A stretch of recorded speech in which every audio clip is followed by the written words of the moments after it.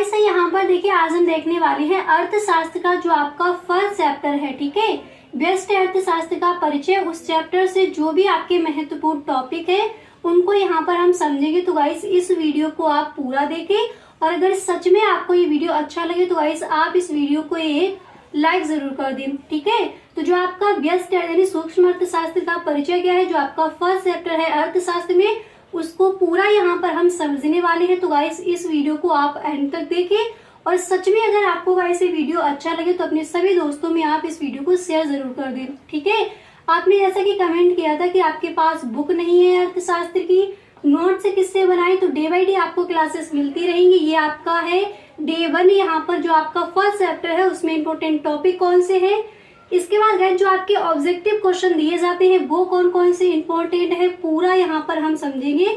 तो guys video को आप एंड तक देखें। क्लियर।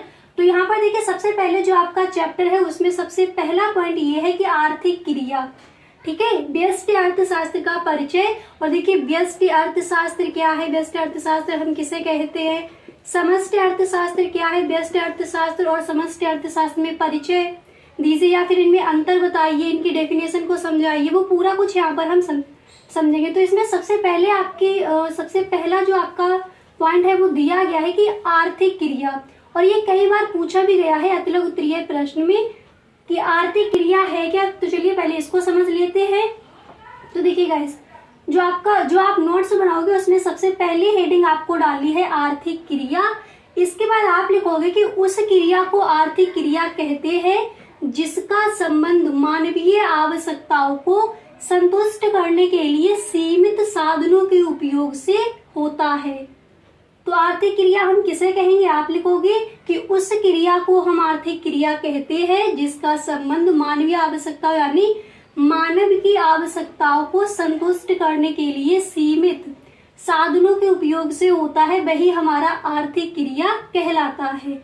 यहाँ तक समझ आ गया। इसके बाद यहाँ पर आप नेक्स्ट हेडिंग डालोगे आर्थिक क्रिया के प्रकार, या फिर इस तरह से आपको डायग्राम बनाना है आर्थिक क्रिया। फिर यहाँ पर आप लिखोगे देखिए ये आपके आर्थिक क्रिया के प्रकार हैं। ठीक है, तो इस तरह से भी डाल सकते हो आर्थिक क्रिया के प्रकार। और इसके प्रकार कौन कौन से होते हैं, पहला होता है उपभोग एंड नेक्स्ट होता है उत्पादन, इसके बाद नेक्स्ट है विनिमय और नेक्स्ट आपका हो जाएगा निवेश। तो आर्थिक क्रिया के कितने प्रकार होते हैं, 4 प्रकार होते हैं। कौन कौन से, पहला है उपभोग, दूसरा आपका हो जाएगा उत्पादन, तीसरा हो जाएगा विनिमय और चौथा हो जाएगा निवेश। तो आर्थिक क्रिया के प्रकार कौन कौन से हैं आपने समझ लिया। ठीक है, अब इसके बाद आप नेक्स्ट हेडिंग डालोगे व्यष्टि अर्थशास्त्र। और ये कई बार क्वेश्चन आपका बोर्ड एग्जाम में आस्क किया गया है। तो व्यष्टि अर्थशास्त्र क्या है, इसकी परिभाषा क्या हो जाएगी, व्यष्टि अर्थशास्त्र आप क्या समझते हैं, इस तरह से गाइस आपके क्वेश्चन आस्क किए। अब गाइस यहाँ पर देखिए नेक्स्ट हेडिंग आप डालोगे कि व्यष्टि अर्थशास्त्र। ठीक है, देखिए आर्थिक क्रिया क्या है आपने समझ लिया। आर्थिक क्रिया के आपके कितने टाइप्स होते हैं, 4, उपभोग, उत्पादन, विनिमय और निवेश। ठीक है, इसके बाद आप नेक्स्ट हेडिंग डालोगे व्यष्टि अर्थशास्त्र। तो व्यष्टि अर्थशास्त्र क्या है, ये क्वेश्चन 100% आपका पूछा ही जाता है जो भी आपके एग्जाम होते हैं उसमें। ठीक है, तो व्यष्टि अर्थशास्त्र की परिभाषा क्या हो जाएगी उसको समझते हैं। आप लिखोगे कि व्यष्टि अर्थशास्त्र में केवल व्यक्तिगत इकाई की आर्थिक क्रियाओं का अध्ययन किया जाता है। किस तरह से, देखिए जो आपका व्यष्टि अर्थशास्त्र होता है तो इसको हम कहते हैं सूक्ष्म अर्थशास्त्र। व्यष्टि अर्थशास्त्र को हम क्या कह सकते हैं, सूक्ष्म अर्थशास्त्र, यानी इसका मतलब होता है छोटा अर्थशास्त्र। ठीक है, तो व्यष्टि अर्थशास्त्र के अंतर्गत केवल एक व्यक्तिगत इकाई, एक व्यक्ति की या फिर कोई आय है, ठीक है, तो उसका अध्ययन हम करेंगे। व्यष्टि अर्थशास्त्र के अंतर्गत व्यक्तिगत इकाई की आर्थिक क्रियाओं का अध्ययन किया जाता है। उदाहरण इसका देख लीजिए, जैसे एक उपभोक्ता का व्यवहार, एक उत्पादक अथवा एक फर्म द्वारा उत्पादन क्रिया। अब जैसे व्यक्तिगत आय, एक व्यक्ति की आय है। अब यहाँ पर देखिए एक व्यक्ति की आय का अध्ययन किसके अंतर्गत करेंगे, व्यष्टि अर्थशास्त्र के अंतर्गत, क्योंकि जो आपका व्यष्टि अर्थशास्त्र होता है वो आपका छोटा अर्थशास्त्र होता है, यानी इसको हम कह सकते हैं सूक्ष्म अर्थशास्त्र। अब इसका उल्टा हो जाता है समष्टि अर्थशास्त्र। ठीक है, तो आई होप आपको समझ आ गया होगा कि व्यष्टि अर्थशास्त्र की जो परिभाषा है आप किस तरह से लिख कर आओगे। अब इसके बाद समझिए कि समष्टि अर्थशास्त्र हम किसे कहेंगे, समष्टि अर्थशास्त्र की एक व्यवस्थित डेफिनेशन क्या हो जाएगी। ठीक है, तो नेक्स्ट हेडिंग आप डाल लीजिए समष्टि अर्थशास्त्र। तो देखिए समष्टि अर्थशास्त्र में क्या होता है, समष्टि अर्थशास्त्र को हम कह सकते हैं विशाल अर्थशास्त्र। ठीक है, विशाल अर्थशास्त्र या फिर बड़ा अर्थशास्त्र। इसकी परिभाषा समझ लीजिए। आप लिखोगे कि समष्टि अर्थशास्त्र संपूर्ण अर्थव्यवस्था के, ठीक है, यहाँ पर देखिए संपूर्ण यानी पूरी अर्थव्यवस्था के स्तर पर आर्थिक क्रियाओं का अध्ययन करता है। और व्यष्टि अर्थशास्त्र क्या था, हम व्यष्टि अर्थशास्त्र में लिखेंगे कि व्यष्टि अर्थशास्त्र में केवल एक व्यक्तिगत इकाई की आर्थिक क्रियाओं का अध्ययन किया जाता है। और समष्टि अर्थशास्त्र में संपूर्ण अर्थव्यवस्था के स्तर पर आर्थिक क्रियाओं का अध्ययन करता है। उदाहरण के लिए इसका उदाहरण हो जाएगा राष्ट्रीय आय। अब जैसे समष्टि अर्थशास्त्र है तो इसमें हो जाएगी राष्ट्रीय यानी पूरे राष्ट्र की आय का अगर हम अध्ययन करेंगे तो वो हो जाएगा समष्टि अर्थशास्त्र के अंतर्गत। अगर एक व्यक्ति की आय का हम अध्ययन करते हैं तो वो किसके अंतर्गत जाएगा, व्यष्टि अर्थशास्त्र के अंतर्गत। ठीक है, अब राष्ट्रीय बचत, पूरे राष्ट्र की बचत का अध्ययन किसके अंतर्गत करेंगे, समष्टि अर्थशास्त्र के अंतर्गत, क्योंकि ये हमारा होता है विशाल अर्थशास्त्र यानी इसको हम कहते हैं बड़ा अर्थशास्त्र। राष्ट्रीय विनियोग, कुल रोजगार, उपभोग व आर्थिक क्रिया है, यहाँ पर देखिए राष्ट्रीय विनियोग, कुल रोजगार आदि का अध्ययन किसके अंतर्गत करेंगे, समष्टि अर्थशास्त्र के अंतर्गत। अब आई होप यहाँ पर आपको इतना समझ आ गया होगा कि व्यष्टि अर्थशास्त्र और समष्टि अर्थशास्त्र हम किसे कहेंगे। गाइस अगर अभी तक आप इस वीडियो में बने हुए हो और सच में आपको ये वीडियो अच्छा लग रहा है तो गाइस आप इस वीडियो को एक लाइक जरूर कर दे। क्लियर। अब इसी तरह से यहाँ पर आपको नेक्स्ट हेडिंग कौन सी डाली है उसको देखते हैं। तो व्यष्टि अर्थशास्त्र क्या है, समष्टि अर्थशास्त्र क्या है, उसको यहाँ पर आप देख चुके हो।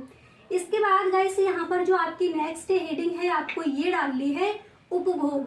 अब उपभोग क्या है, जो आर्थिक क्रिया है, आर्थिक क्रिया के 4 प्रकार होते हैं, उपभोग, उत्पादन, विनिमय और निवेश।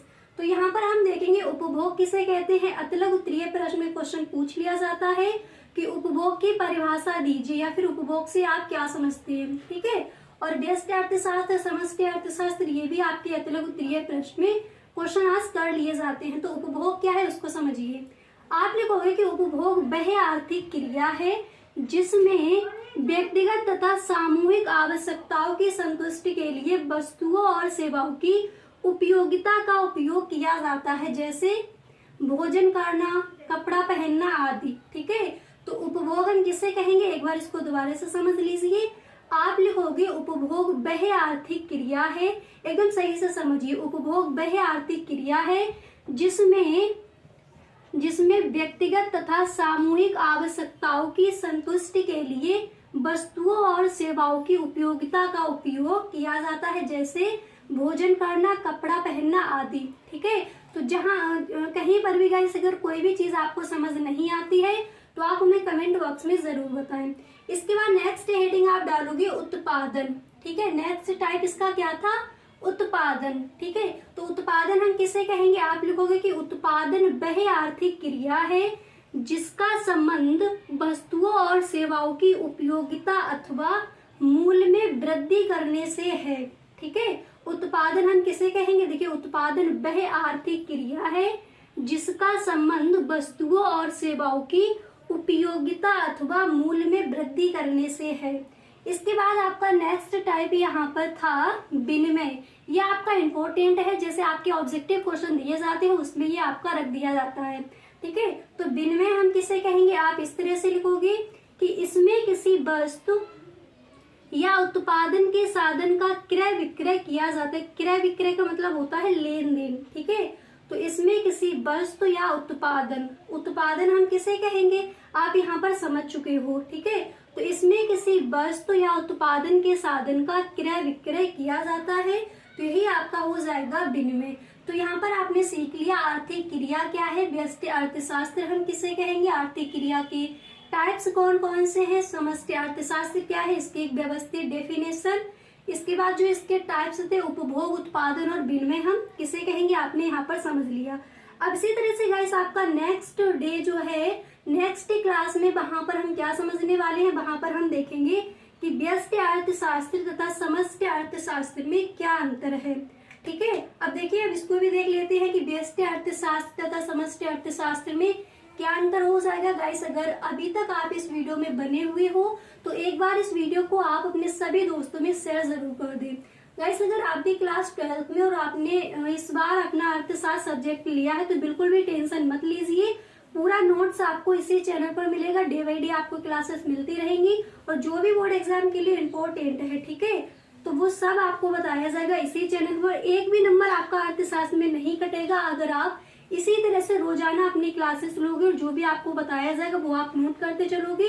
और जब आपका बोर्ड एग्जाम पास आएगा तो वहां पर आपको बता दिया जाएगा कि कौन कौन से ऐसे क्वेश्चन हैं जिनको आपको तैयार करना है। मॉडल पेपर का भी फुल सॉल्यूशन गाइस आपको मिलेगा इसी चैनल पर, ठीक है। तो अभी तक आपने अगर इस चैनल को सब्सक्राइब नहीं किया है तो प्लीज कर लीजिए और गाइस आप बेल आइकन को भी प्रेस कर देना ताकि वीडियो की जो भी नोटिफिकेशन हो वो सबसे पहले आपके पास पहुंचे, ठीक है। अब यहाँ पर हम देखेंगे, अब यहाँ पर गाइस हम देखेंगे कि व्यष्टि अर्थशास्त्र और समष्टि अर्थशास्त्र में अंतर क्या है।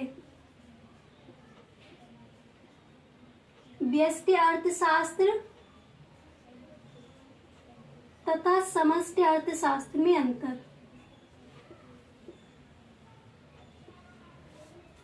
और ये क्वेश्चन आपका गाइस लघु उत्तरीय प्रश्न में पूछ लिया जाता है फर्स्ट चैप्टर से। ये भी आपके इंपॉर्टेंट जो आपके पॉइंट है उनको आपने देख लिया। व्यष्टि अर्थशास्त्र तथा समष्टि अर्थशास्त्र में अंतर बताइए। क्वेश्चन कई बार बोर्ड एग्जाम में पूछा गया है।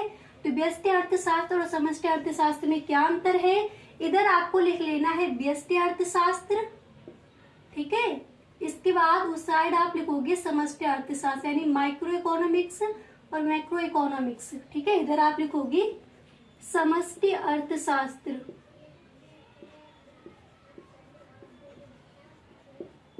ठीक है। अब इनमें अंतर क्या है उनको देखते हैं। तो गाइस देखिए, व्यष्टि अर्थशास्त्र हम किसे कहेंगे और समष्टि अर्थशास्त्र हम किसे कहेंगे। फर्स्ट पॉइंट आपको लिखना है कि व्यष्टि अर्थशास्त्र के अंतर्गत, ठीक है, व्यष्टि अर्थशास्त्र